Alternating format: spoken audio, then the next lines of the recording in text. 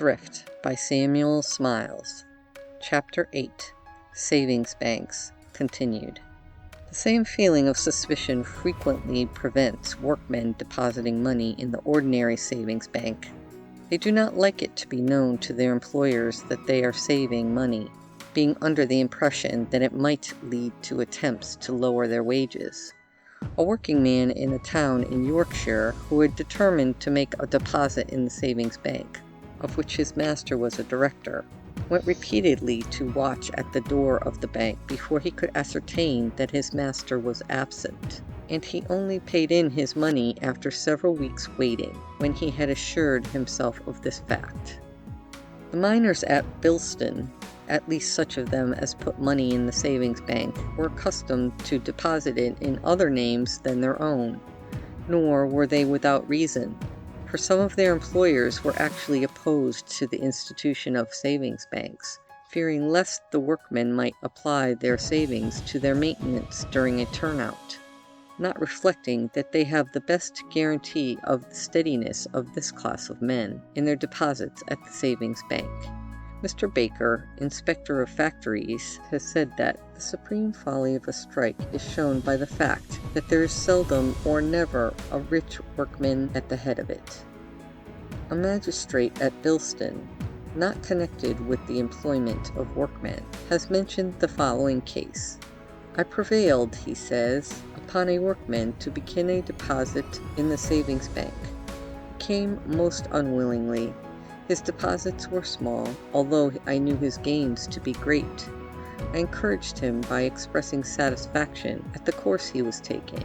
His deposits became greater, and at the end of 5 years he drew out the fund he had accumulated, bought a piece of land, and has built a house upon it. I think if I had not spoken to him, the whole amount would have been spent in feasting or clubs or contributions to the trades unions. That man's eyes are now open. His social position is raised. He sees and feels as we do, and will influence others to follow his example. From what we have said, it will be obvious that there can be no doubt as to the ability of a large proportion of the better paid classes of working men to lay by a store of savings. When they set their minds upon any object, they have no difficulty in finding the requisite money. A single town in Lancashire contributed £30,000 to support their fellow workmen when on strike in an adjoining town. At a time when there are no strikes, why should they not save as much money on their own account for their own personal comfort? Many workmen already save with this object, and what they do, all might do. We know of one large mechanical establishment situated in an agricultural district where the temptations to useless expenditure are few, in which nearly all the men are habitual economists, and have saved sums varying from £200 to £500 each. Many factory operatives with their families might easily lay by from 5 to 10 shillings a week, which in a few years would amount to considerable sums. At Darwin, only a short time ago, an operative drew his savings out of the bank to purchase a row of cottages now become his property. Many others in the same place and in neighboring towns are engaged in building cottages for themselves, some by means of their contributions to building societies, and others by means of their savings accumulated in the bank. A respectably dressed working man, when making a payment one day at the Bradford Savings Bank, which brought his account up to nearly £80, informed the manager how it was that he had been induced to become a depositor. He had been a drinker, but one day accidentally finding his wife's savings bank deposit book, from which he learnt that she had laid by about £20, he said to himself, "Well now, if this can be done while I am spending, what might we do if both were saving?" The man gave up his drinking and became one of the most respectable persons of his class. "I owe it all," he said, "to my wife and the savings bank." When well-paid workmen such as these are able to accumulate a sufficient store of savings, They ought gradually to give up hard work and remove from the field of competition as old age comes upon them. They ought also to give place to younger men, and prevent themselves from being beaten down into the lower paid ranks of labor. After 60, a man's physical powers fail him, and by that time he ought to have made provision for his independent maintenance. Nor are the instances by any means uncommon of workmen laying by money with this object, and thereby proving what the whole class might, to a greater or lesser extent, accomplish in the same direction. The extent to which penny banks have been used by the poorest classes, wherever started, affords a striking illustration on how much may be done by merely providing increased opportunities for the practice of thrift. The first penny bank was started in Greenock about 30 years since as an auxiliary to the savings bank. The object of the projector, Mr. J.M. Scott, was to enable poor persons whose savings amounted to less than a shilling, the savings bank minimum, to deposit them in a safe place. In 1 year, about 5,000 depositors placed £1,580 with the Greenock institution. The estimable Mr. Ch.8.2, a curate in the East End of London, next opened a penny bank, and the results were very remarkable. In 1 year, as many as 14,513 deposits were made in the bank. The number of depositors was limited to 2,000, and the demand for admission was so great that there were usually many waiting until vacancies occurred. Some save for their rent, said Mr. Ch.8.2, others for clothes and apprenticing their children, and various are the little objects to which the savings are to be applied. Every repayment passes through my own hands, which gives an opportunity to learn of sickness or sorrow, or any other cause which compels the withdrawal of the little fund. It is besides a feeder to the larger savings banks, to which many are turned over when the weekly payments tendered exceed the usual sum. Many of those who could at first scarcely advance beyond a penny a week can now deposit a silver coin of some kind. Never was the moral influence of the parish clergyman more wisely employed than in this case. Not many of those whom Mr. Ch.8.2 thus labored to serve were amongst the church-going class, but by helping them to be frugal and improving their physical condition, he was enabled gradually to elevate their social tastes and to awaken in them a religious life to which the greater number of them had before been strangers. A powerful influence was next given to the movement by Mr. Charles W. Sykes, cashier of the Huddersfield Banking Company, who advocated their establishment in connection with the extensive organization of mechanics institutes. It appeared to him that to train working people when young in habits of economy was of more practical value to themselves and of greater importance to society than to fill their minds with the contents of many books. He pointed to the perverted use of money by the working class as one of the greatest practical evils of the time.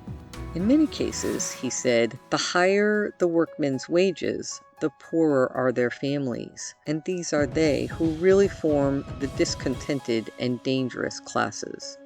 How can such persons take any interest in pure and elevating knowledge? To show the thriftlessness of the people, Mr. Sykes mentioned the following instance.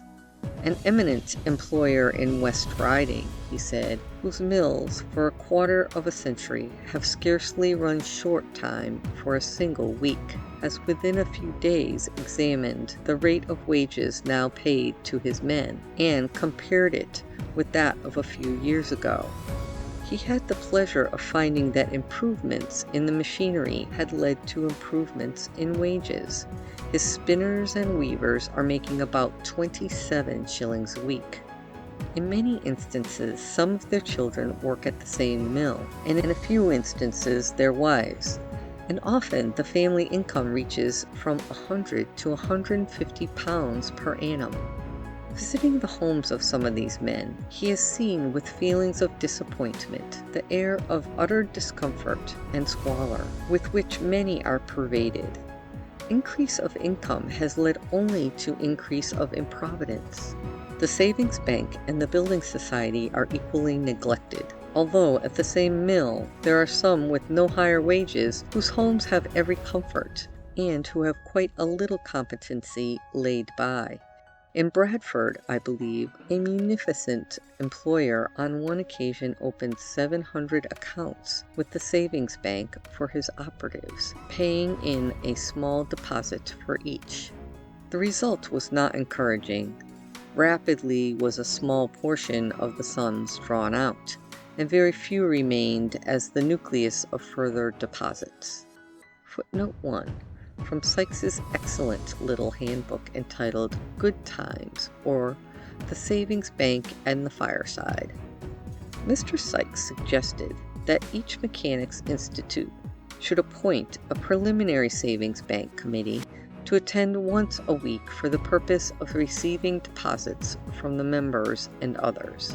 If a committee at each institution, he said, were to adopt this course, taking an interest in their humble circumstances and in a sympathizing and kindly spirit, to suggest, invite, nay, win them over, not only by reading the lesson, but forming the habit of true economy and self-reliance, the noblest lessons for which classes could be formed. How cheering would be the results! Once established in better habits, their feet firmly set in the path of self-reliance, how generally would young men grow up with the practical conviction that to their own advancing intelligence and virtues must they mainly look to work out their own social welfare. This admirable advice was not lost. One institution after another embraced the plan, and preliminary savings banks were shortly established in connection with the principal mechanics institutes throughout Yorkshire. Those established at Huddersfield, Halifax, Bradford, Leeds, and York were exceedingly successful. The penny banks established at Halifax consisted of a central bank and 7 subordinate branches. The number of members and the average amount of the sums deposited with them continued to increase from year to year. 14 penny banks were established at Bradford, and after the depositors had formed the habit of saving in the smaller banks, they transferred them in bulk to the ordinary savings bank. 36 penny banks were established in and around Glasgow. The committee, in their report, stated that they were calculated to check that reckless expenditure of little sums, which so often leads to a confirmed habit of wastefulness and improvidence. And they urged the support of the penny banks as the best means of extending the usefulness of the savings banks. The penny bank, established at the small country town of Farnham, is estimated to have contributed within a few years 150 regular depositors to the savings bank of the same place. The fact that as large a proportion as 2/3 of the whole amount deposited is drawn out within the year shows that penny banks are principally used as places of safe deposit for very small sums of money until they are wanted for some special object, such as rent, clothes, furniture, the doctor's bill, and such like purposes. Thus the penny bank is emphatically the poor man's purse. The great mass of the deposits are paid in sums not exceeding 6d, and the average of the whole does not exceed a shilling. The depositors consist of the very humblest members of the working class, and by far the greatest number of them have never before been accustomed to lay by any portion of their earnings. The Reverend Mr. Clark of Derby, who took an active interest in the extension of these useful institutions, has stated that 1/10 of the whole amount received by the Derby penny bank was deposited in copper money, and a large portion of the remainder in 3-penny and 4-penny pieces.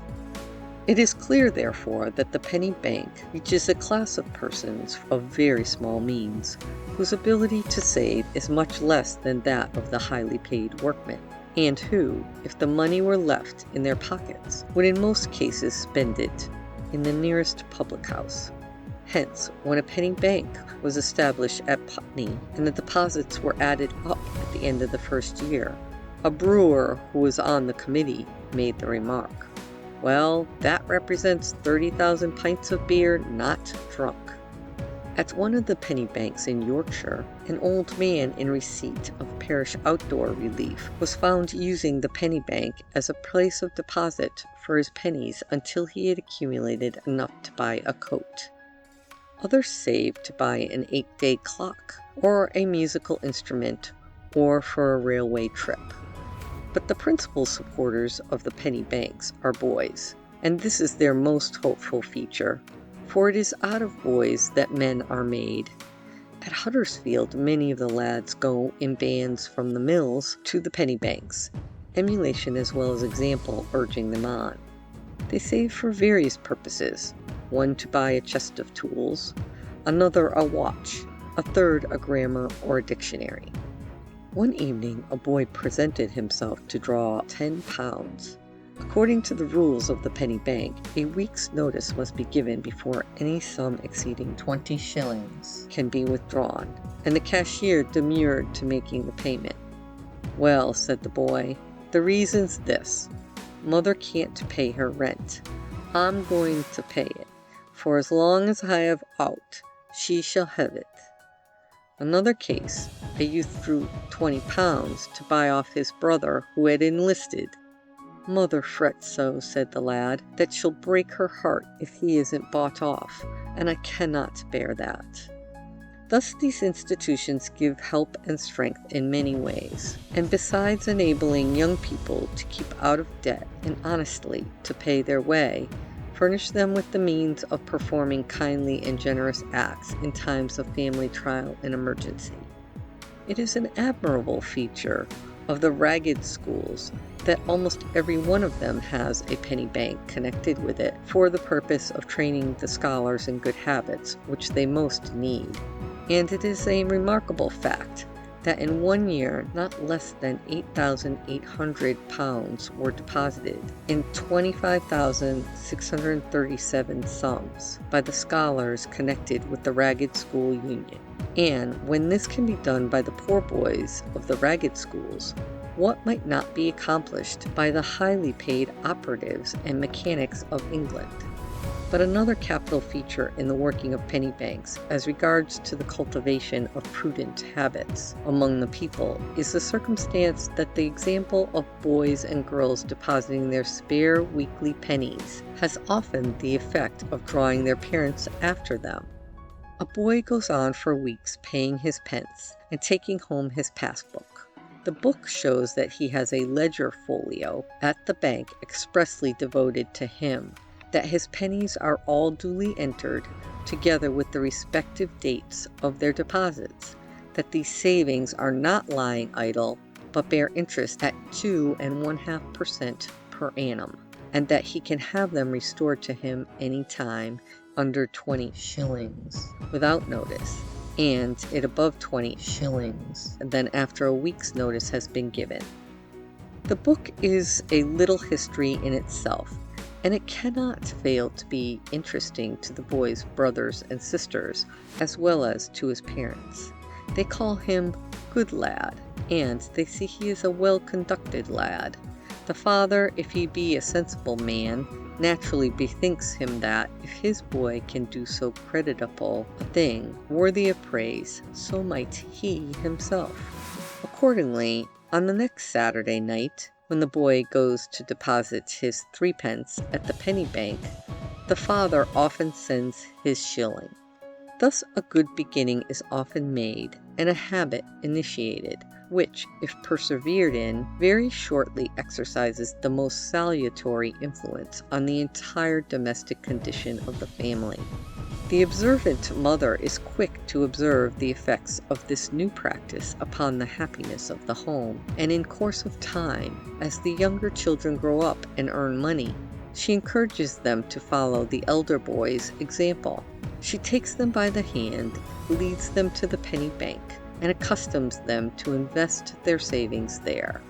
Women have even more influence in such matters than men, and where they do exercise it, the beneficial effects are much more lasting. One evening, a strong, muscular mechanic appeared at the Bradford Savings Bank in his working dress, bringing with him 3 children, one of them in his arms. He placed on the counter their deposit books, which his wife had previously been accustomed to present, together with 10 shillings, to be equally apportioned amongst 3. Pressing to his bosom the child in his arms, the man said, "Poor things, they have lost their mother since they were here last, but I must do the best I can for them." And he continued the good lesson to his children, which his wife had begun, bringing them with him each time to see their little deposits made. There is an old English proverb which says that he that would thrive must first ask his wife. But the wife must not only let her husband thrive, but help him, otherwise she is not the helpmeet, which is as needful for the domestic comfort and satisfaction of the working man as of every other man who undertakes the responsibility of a family. Women form the moral atmosphere in which we grow when children, and they have a great deal to do with the life we lead when we become men. It is true that the men may hold the reins, but it is generally the women who tell them which way to drive. What Rousseau said is very near the truth. Men will always be what women make them. Not long ago, Mr. Sykes encountered, in a second-class carriage, a well-dressed workman traveling from Sheffield to Glasgow during the holiday times to see his mother. "I am glad," said Mr. Sykes, "to find a workman traveling so great a distance for a purpose like that." "Yes," said the man, "and I am glad to say that I can afford to do it." "And do many of the workmen employed in your workshop save money?" asked Mr. Sykes. "No," said the other, "not more than about 2 in the 100. The spare earnings of the others go, not to the savings bank, but to the drink shops." "And when did you begin to save?" "When I was no bigger than that," indicating the height of a little boy. "The first money I saved was in a penny bank, and I have gone on saving ever since." Such being the influence of early practice and example, we are glad to find that the economy is now being taught at public schools. The Reverend Mr. Crallen of Sussex County Asylum has long taught lessons of thrift to poor boys and girls. He urges the establishment of penny banks in connection with savings banks in all elementary schools. He wisely contends that simple lessons on money, its nature, its value, and its uses, together with the various duties of giving, spending, and saving, would have a vast influence on the rising generation. The practice of teaching children provident habits has been adopted for about 8 years in the national schools of Belgium. The School Board of Ghent is convinced of the favorable influence that saving has upon the moral and material well-being of the working classes, and believes that the best means of causing the spirit of economy to penetrate their habits is to teach it to the children under tuition and to make them practice it. It is always very difficult to teach anything new to adults, and especially lessons of thrift to men who are thriftless. Their method of living is fixed. Traditional and inveterate habits of expenditure exist among them. With men, it is the drinking shop. With women, it is the dress. They spend what they earn and think nothing of tomorrow. When reduced to a state of distress, they feel no shame in begging, for the feeling of human dignity has not yet been sufficiently developed in them. With children, it is very different. They have no inveterate habits to get rid of. They will, for the most part, do as they are taught, and they can be taught economy, just as they can be taught arithmetic. They can, at all events, be inspired by a clever teacher with habits of economy and thrift. Every child has a few pence at times. The master may induce them to save these for some worthy purpose. At Ghent, a savings bank has been introduced in every school, and the children deposit their pennies there. It is introduced into the paying schools as well as the free schools, for habits of thrift are as useful to men and women of the richer as of the poorer classes. The results of the lessons on economy have been highly satisfactory. The children belonging to the schools of Ghent have accumulated £18,000, which is deposited in the state savings bank at 3% interest. This system is spreading into Holland, France, and Italy. It has also, to a certain extent, been adopted in this country. Thus Glasgow, Liverpool, Birmingham, Great Ilford, and the London Orphan Asylum all show specimens of school banks, and we trust that before long they will be established in every school throughout the kingdom. Footnote 1. A pamphlet published at Ghent says of the paying schools, the spirit of economy is introduced there under the form of charity.